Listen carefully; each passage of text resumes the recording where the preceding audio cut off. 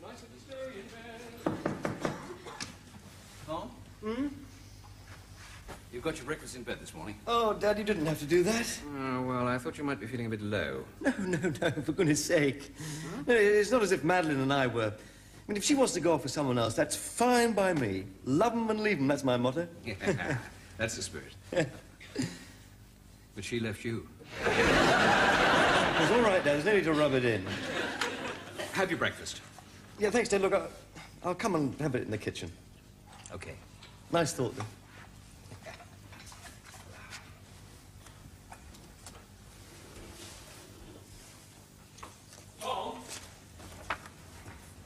Hmm? Tom, I'll tell you one thing. The French. You can't trust them. They don't like us, you know. I mean, they think all English girls are a pushover. Yeah, not Madeline, of course. No. I mean, I can't think what she sees in that fellow, Jean. I never liked him from the moment I heard him say, hello. Of course you did. You thought he was having an affair with Mum. Good Lord, no. No, of course not, no.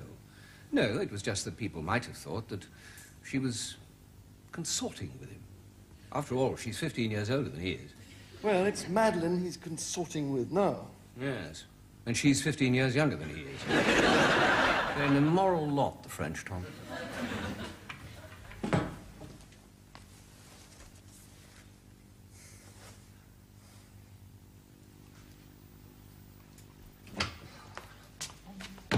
Do you know what that cretin of an au pair has gone and done? Oh, she hasn't got herself pregnant, has she? No. Well, not during breakfast, anyway. Lucy tipped her baby porridge all over the floor. And do you know what that au pair did? Left it, I suppose. Oh, no, she cleaned it up. Well, then, Charles, what are you wittering on about? She hoovered it up. I couldn't believe it. She used the vacuum cleaner. Well, I'll talk to her later. Where is she now? Finishing off her breakfast, raw herring and sour cream. Honestly, it makes me want to throw up. Well, tell her to leave the hoover out in case you do. Good Lord. Aunt Harriet's coming all the way from Edinburgh for the christening. Oh, damn, I didn't think for a moment she'd come. How many does that make? This christening is going to cost a fortune. Oh, darling, if that's your attitude, you'd better start saving for her wedding. Only joking. Well, where's Madeline? You haven't got her down. Well, I'm sure Toby won't want his secretary there. She's also Tom's girlfriend. As we've asked him to be godfather, the least we can do is to invite his girlfriend. Oh, brilliant, Charles. With his ex-wife there as godmother? That should make for a wonderful atmosphere. Oh, Lord, I hadn't thought of that. Well, there you go. It's a good thing I did. I've already invited her. Poison ivy, Charles. Well, you'll just have to uninvite her. You'll have to speak to Tom this morning. I don't want anything to spoil Lucy's day.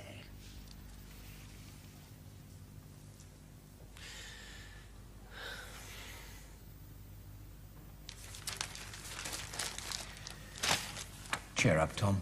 No, I'm all right. I was just wondering what to give Lucy Cartwright as a christening present. Oh. Well, why not give her some premium bonds? Well, it's like giving money. It's a bit squalid. It isn't if you win. I know. Give her some port. She's 6 months old. It'll probably kill her. No, buy her a good vintage port and lay it down until she's 21. It's a very good investment, a case of port. A case? I'd be hard-pressed to afford a bottle. Oh, come on. You're not that hard up, are you? Madeline had a good idea. She suggested the Peter Rabbit books, you know, the complete set. That's what she was given, and she's still got them. It's a nice thing to pass on to your children when she gets married. Mind you, they'll probably all speak French.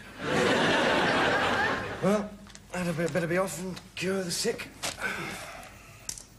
Tom?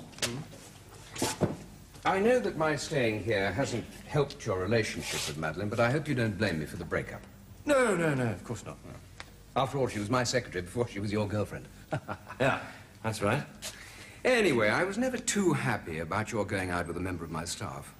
Well, if you hadn't constantly been living here over the last 4 months, you'd never have bloody well known about it, would you?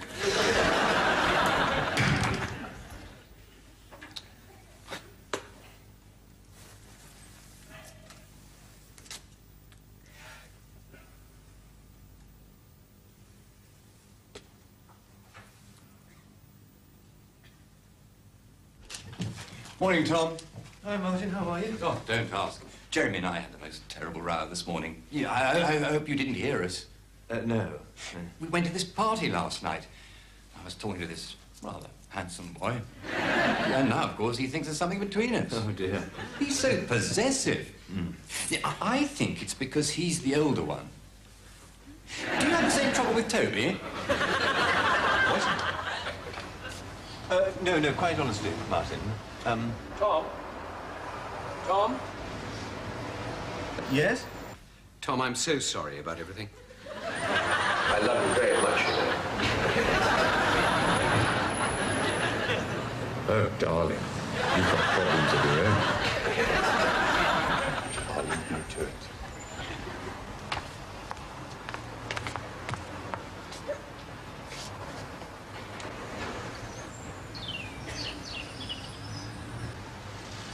This azalea's not doing awfully well, is it, Matty? I think it's dying. I'm not surprised. Whoever put it there must have been an idiot. Morning, Tom. Nice weekend. Splendid.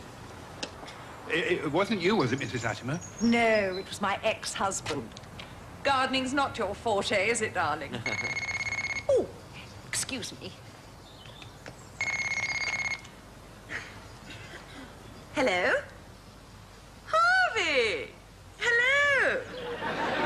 Yes, I'm standing in the drive talking to my gardener. Isn't it marvellous? It's going to revolutionize my life. What? Oh. Hang on, Harvey. I'll take it inside.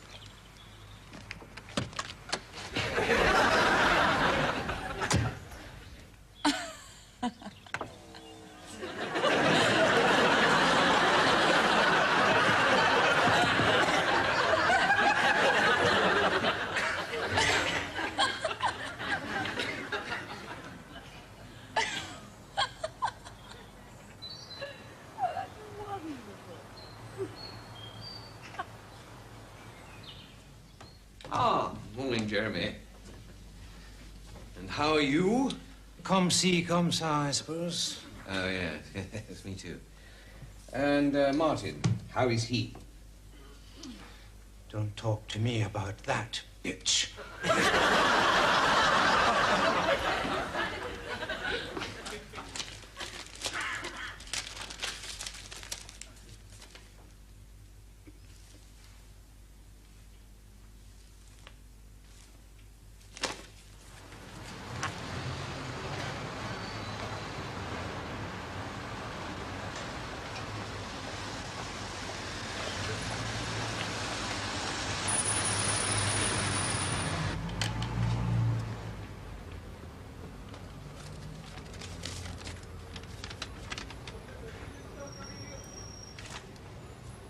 Overdrawn.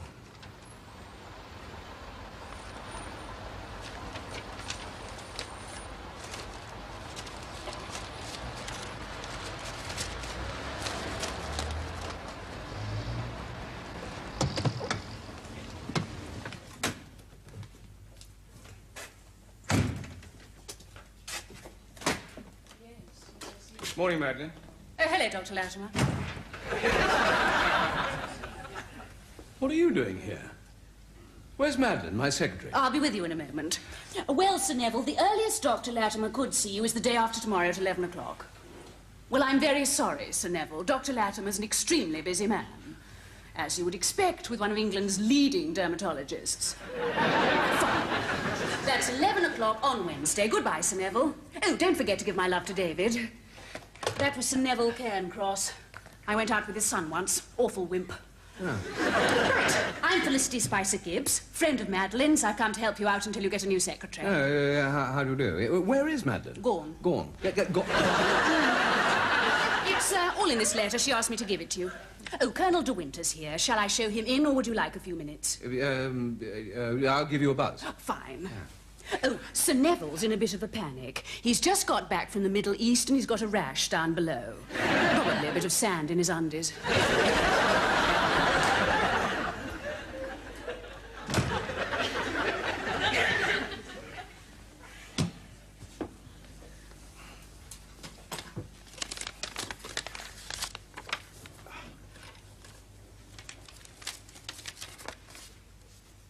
Dear Dr. Latimer, I really don't know where to start this letter.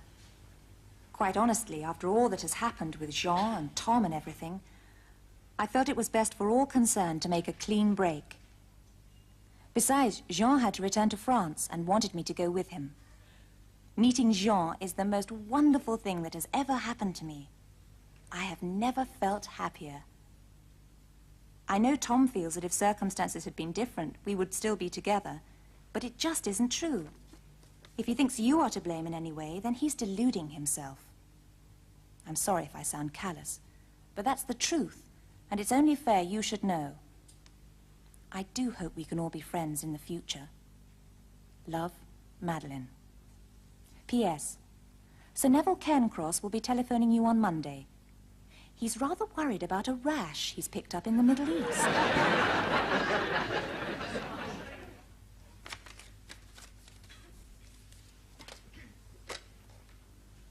No, I haven't spoken to Tom about Madeline yet, because I haven't seen him. He'd already left on his rounds when I came in. No, I haven't spoken to the photographer. Hold on, Susan, the other phone's going. Yes! Oh, put him on. Hold on a sec, Susan. Hello, Toby, how are you? No, he isn't. Yes? I'll tell him, fine. But, Toby, I hope we're going to see you on Sunday at the christening. Good. Yes, I'm looking forward to it. Bye. And that was Toby, darling. He's definitely coming on Sunday. Yes, I will talk to the photographer. I'm sure he hasn't forgotten. Because I have been very busy. I've only just finished surgery. Yes, I will talk to Tom. Look, for God's sake, darling, it's only a bloody christening. Oh, I'm sorry, Susan. I didn't mean... Susan! Oh. Damn it, the whole blasted thing was over. Oh, hi, Tom. Nice weekend. Okay. I was wondering if I could have, a word with you about Sunday. Are you all right? Madeline and I have split up. She's met someone else. Oh, does that mean she won't be coming to the christening? No. Oh, what a shame. At the moment, Charles, Lucy's christening is not uppermost in my mind. No, of course not. I was just thinking about the eats. I want to let Susan know how many to cater for. Yeah, I must say, your, comforting bedside manner leaves something to be desired. I'm sorry. Look, do we know who the third party is? Who is it? Oh, yes. It's Jean. You know, that French guy my mother met on holiday? What? Yep, it's au revoir, Tom, and bonjour, Jean. Really? There we all were, wondering if he was having a ding-dong with your mother. And all the time he was dipping his plume in Madeline's direction. Well, he was not having a ding-dong with my mother. They're just good friends. They still are. Well, does she know about this latest turn of events? Know about it? She's delighted. She thinks they make a lovely couple. She didn't realise how keen I was on Madeline. Mind you, it's not surprising. Neither did Madeline. She told me she loved me like a brother. Oh, your father rang to invite you to lunch. I said you'd call him back. Why not? As long as it's not a French restaurant. So do I, by the way. What? Love you like a brother. It's the Piccolo Italia off Wigmore Street. Oh, it's very nice. Madeline and I go there. Well, we used to go there. Look, Charles, could you ring Dad and say I'm on my way? I don't want to talk to Madeline. Tell her I'll see him in the restaurant in 20 minutes. Sure. Yeah. Tom? I'm awfully sorry about you and Madeline. Well, there we are. We were but ships that passed in the night. Yes. I just wish we'd been able to drop anchor a bit more often, that's all.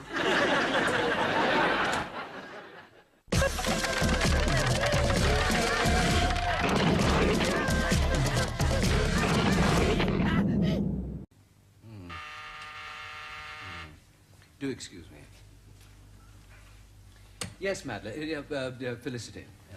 Dr. Cartwright's on the line. Would you like him to call back later? No. Put him through. Do forgive me. Charles, hello. Hello, Toby. I'm just ringing to let you know Tom will meet you at the restaurant. He's on his way. Ah, good. Can you hang on a second, please, Charles? Oh, terribly sorry. Yes, Felicity? Mrs. Latimer's just dropped in to ask you for a little bit of advice. Oh, wonderful. She wonders if you could spare her a moment. Yeah. Will you wait a moment, please, Felicity? Oh, sorry. Charles, Tom's mother's just dropped in. I'm going to persuade her to have lunch with us. Even better. He needs a bit of cheering up. Yes, he does, doesn't he? Well, thanks a lot, Charles. Goodbye. Awfully sorry. Felicity, will you tell Mrs. Latimer that Tom is joining me for lunch, and I insist that she comes along too. Tell her I won't take no for an answer. Dr. Latimer says he's meeting Tom for lunch and insists you join them, Mrs. Latimer. He says he won't take no for an answer. Oh. That should be absolutely wonderful. I wouldn't dream of saying no.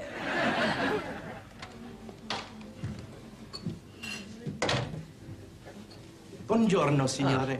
Do you have a reservation? I'm meeting Dr. Latimer. I think he's booked a table. Ah, sì. This way, signore. Thanks very much.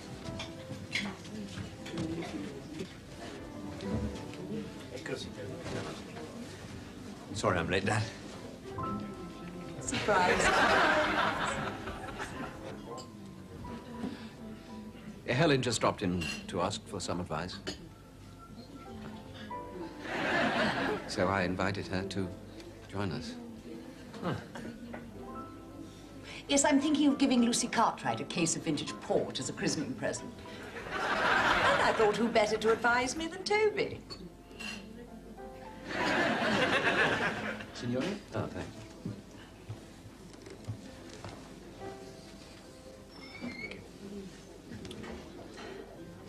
Oh, isn't this lovely?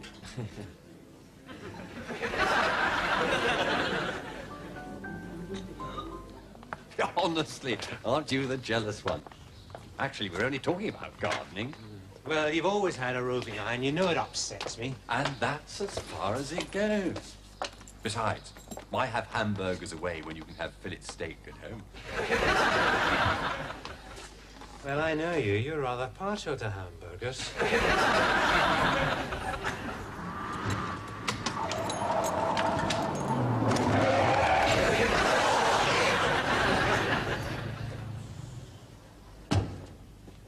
I don't want to talk about it, all right? All right? I'm sorry, Tom. It was an unfortunate misunderstanding. Misunderstanding? Huh. You reckon we've got problems? I don't think everything's too hunky-dory in that little household. I think it's going to be tears before bedtime. Tom, I told you. I mean, it was out of my control. I could hardly withdraw the invitation, could I? Of course you could. God, what a terrible lunch. Only consolation is you paid. Oh, thank you. Of course, she chose lobster, the most expensive thing on the menu. Oh, she doesn't skimp when it comes to other people's money, my ex-wife. Do you know she's now got a telephone in her car? Oh, yes. She drove me to the restaurant. She insisted on telephoning them to let them know we were coming. By the time they answered, we'd parked outside the place. Marvellous, isn't it? There she is in a huge house. She's got a telephone in the car, and she can afford to buy cases of vintage port. And I'm broke. Oh, by the way, that reminds me. I'm afraid I opened your bank statement by mistake this morning. Sorry, thought it was mine. Tom? You're nearly 4,000 in the red. What do you expect? I pay Helen $2,500 a year. What? But she got the house. Why on earth are you giving her money as well? Well, it's a very expensive house to maintain. Oh, Tom, you're mad. I know, but that's what I agreed to when we got divorced. Believe me, I would have agreed to anything to get out of that marriage. Well, I think you ought to take it back to court. Dad, first of all, I can't afford it, and she knows that. Secondly, I can't be bothered. Thirdly, she's got that shyster, Harvey F. Kramer, as her solicitor, which means if I do go back to court, I'll probably end up paying more than I do now. And fourthly, I've got indigestion.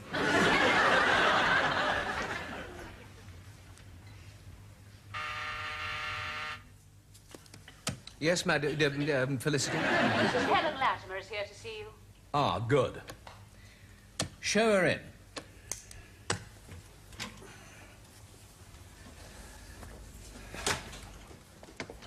Mrs. Latimer. Toby, darling. Mwah. What a treat. Twice in 2 days. Very good of you to come, Helen. Now, I'll get straight to the point. I consider it grossly unjust that Tom should be paying you £2,500 a year You have no children. It is a very unfair settlement. Tom agreed to it. He signed a document, if I remember. If he's unhappy with the situation, why doesn't he go to court? Because he can't afford to. But I'm thinking of lending him the money. However, Helen, there is an alternative. I will make you a proposition. Rather than go back to court and line the lawyers' pockets, particularly Mr. Kramer's, I will give you a once-and-for-all settlement, a lump sum. In return, you will sign this letter foregoing any further financial demands on Tom. How much? £4,000. 10,000. 5. 8. 6. Done. However, Helen, there is one condition. Tom must know nothing about this. Of course not. To be honest, Toby, I never liked the idea of being a burden to Tom for the rest of my life. I think this is a splendid compromise. Good. All you need say is that you feel you can manage without further maintenance payments. I'll mention it to him at the christening on Sunday. Good. Thank you. Right. I'll pop this straight into the bank, and then I'm going to spend some more of your money. What do you mean, Helen? On your wife. I'm going to help Angela choose an outfit for the christening. Something very chic. And very expensive. See you on Sunday. Ciao. Lovely. Now just hold the baby up a fraction. That's nice. Very good. Now just one more. Lovely. Super. Right. Now can we have the grandparents, please? Both sets of grandparents, if you please. Mummy, Daddy, come and have your photograph taken. Oh, darling, call your parents over. They're wandering about amongst the gravestones. Mummy, Daddy, come and have your photograph taken with Lucy. Oh, darling, we must get the photographer to do one with Harriet. We'll never hear the end of it. Nice to see you. Cheers. Bye. Perhaps you could give me some lessons at lunch. Dad? Yes? Does Mum look gorgeous? It's a smashing new outfit she's wearing.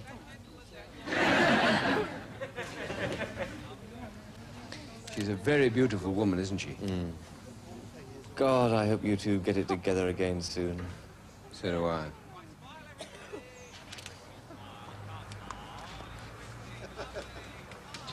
Who's that piggy-faced man over there? That is Harvey Kramer. Oh, is it? I can't think why Helen wanted to bring him along. He's an appalling man. Well, they're friends, aren't they? I would have bought Madeline if... It was quite a letter she wrote, wasn't it?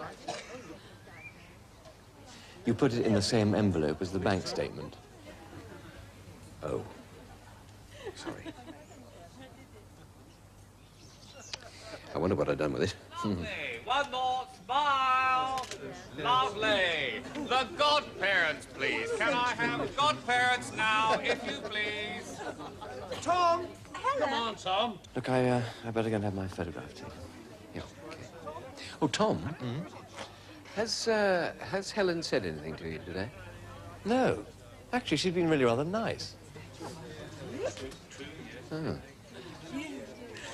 Lucy, go to Auntie Helen. Oh, good. Helen, you look gorgeous. Thank you. Tom, have a picture. Thank you very much.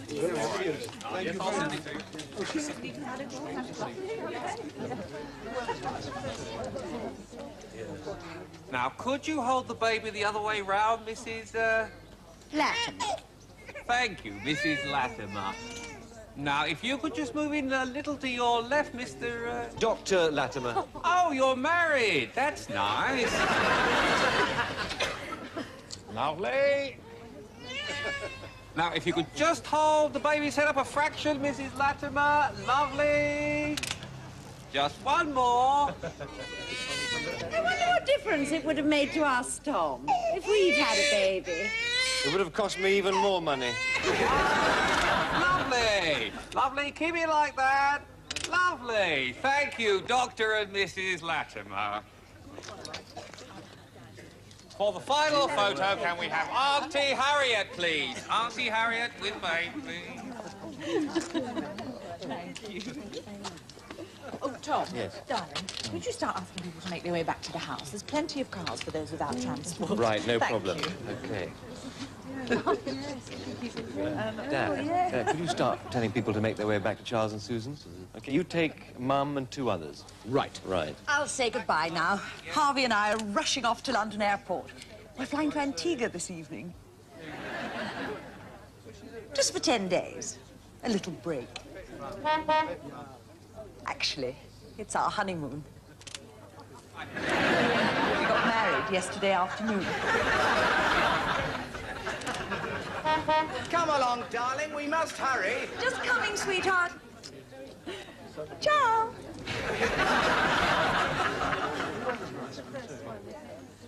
Dad, she's got married. Do you realize what that means? I won't have to pay any more alimony. Isn't that wonderful? You know, only last week, she suggested I should pay her a lump sum as a sort of final settlement. £4,000 she wanted. She must think I'm a complete idiot.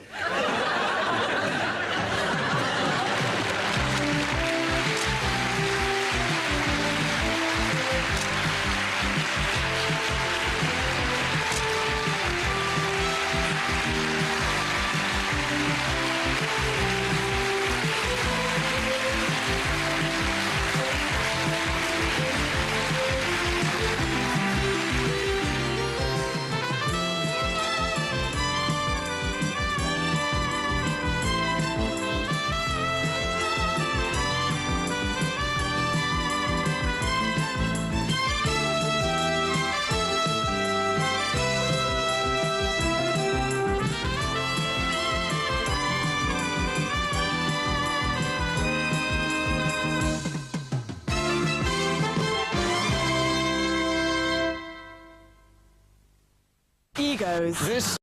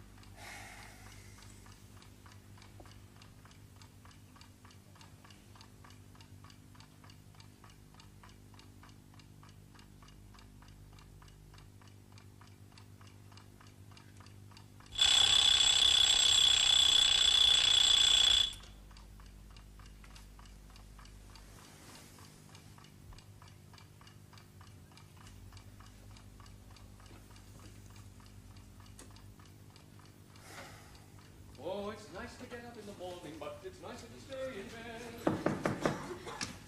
Tom? Hmm? You've got your breakfast in bed this morning? Oh, Dad, you didn't have to do that. Oh, well, I thought you might be feeling a bit low. No, for goodness sake. No, it's not as if Madeline and I were. I mean, if she wants to go off with someone else, that's fine by me. Love 'em and leave 'em, that's my motto. Yeah, that's the spirit. But she left you. It's all right, Dad. There's no need to rub it in. Have your breakfast. Yeah, thanks, Dad. Look, I'll come and have it in the kitchen. Okay. Nice thought, then.